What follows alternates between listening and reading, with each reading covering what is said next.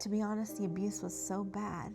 I would rather be dead than married to him another day enduring that abuse.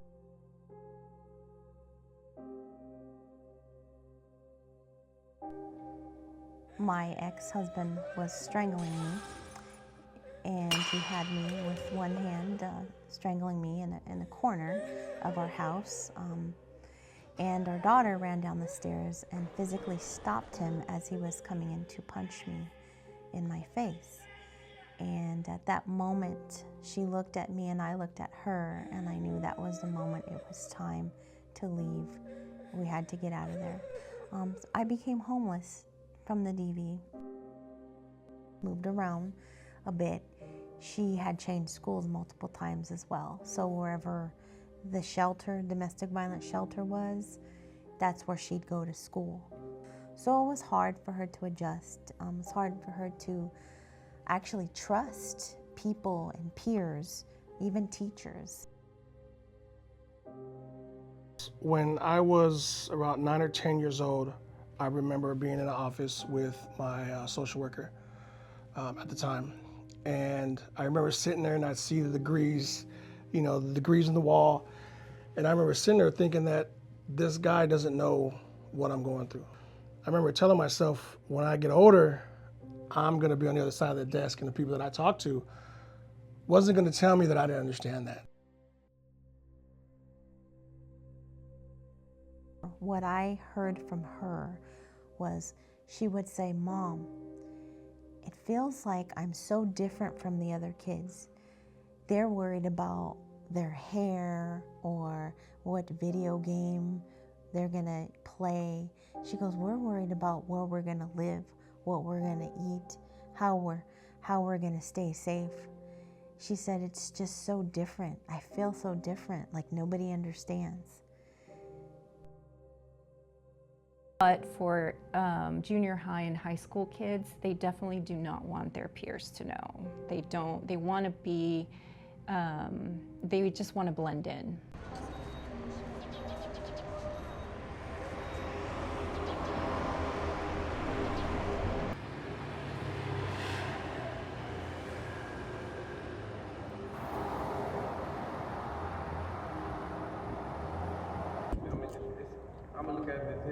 Unfortunately, it's increasing, and I could say for Fremont, it's the expense of living in this area. Job at McDonald's or whatever, isn't going to pay enough to live.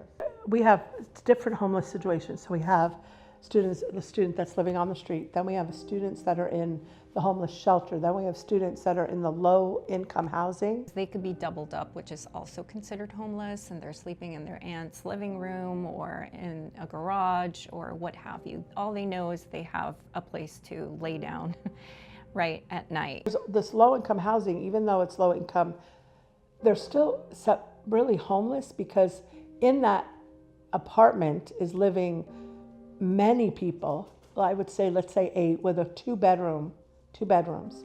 So all these little children, right? Some have to sleep on the floor, some, on the couch or in the bathtub. So being able to, when they come to school, they're already upset because depending on where they slept, they didn't have breakfast. I do feel like you can tell in their attendance. You can tell in their grades. A lot of times their grades suffer because they may not have a space to do homework, right? There's a lot of noise, they're in the living room, there's a lot of people living in the same household. So there's a lot of challenges that kind of hinder their education, right? And them being able to learn. And sometimes transportation is an issue. Parents don't have a working vehicle. Their school may be further out when they have to stay at somebody else's house.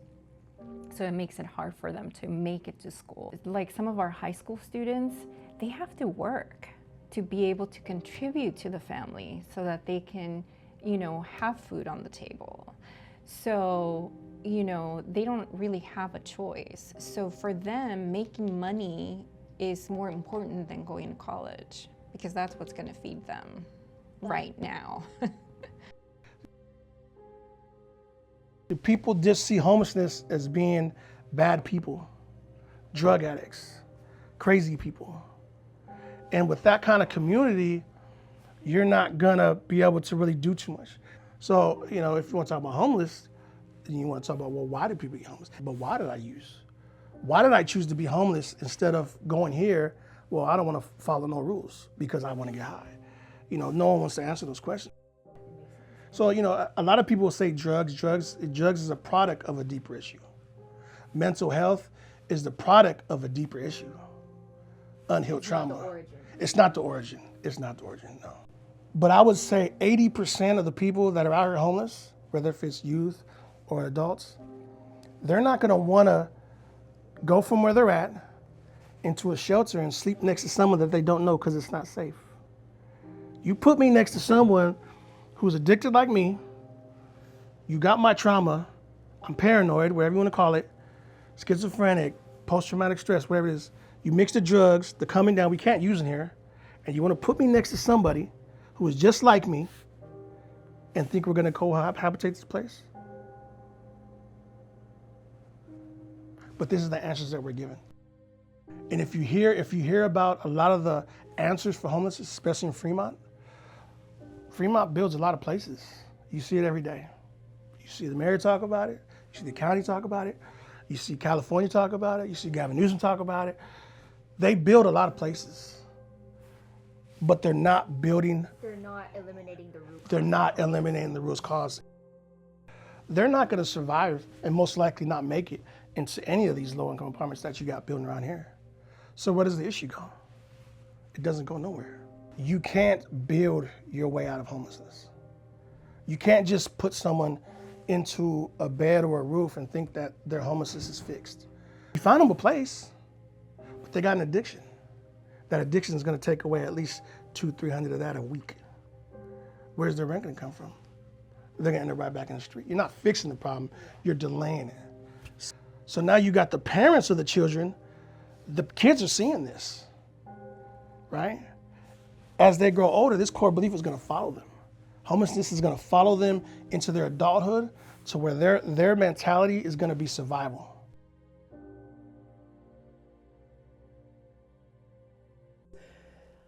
You can't do things in isolation.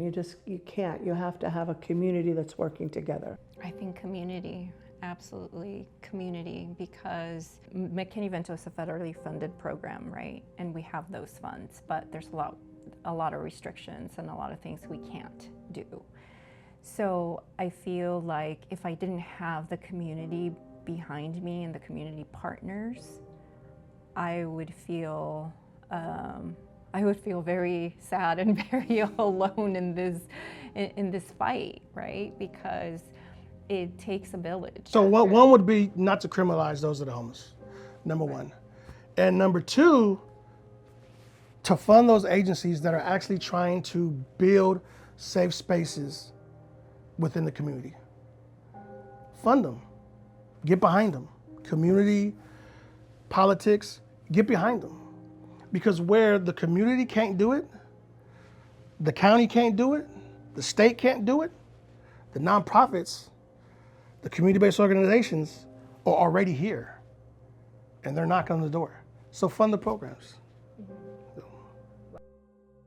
She tells me to this day, she looked me in the eye and she said, "Mom, it was the best decision of your life to leave Dad." And that made me feel like I made the right decision.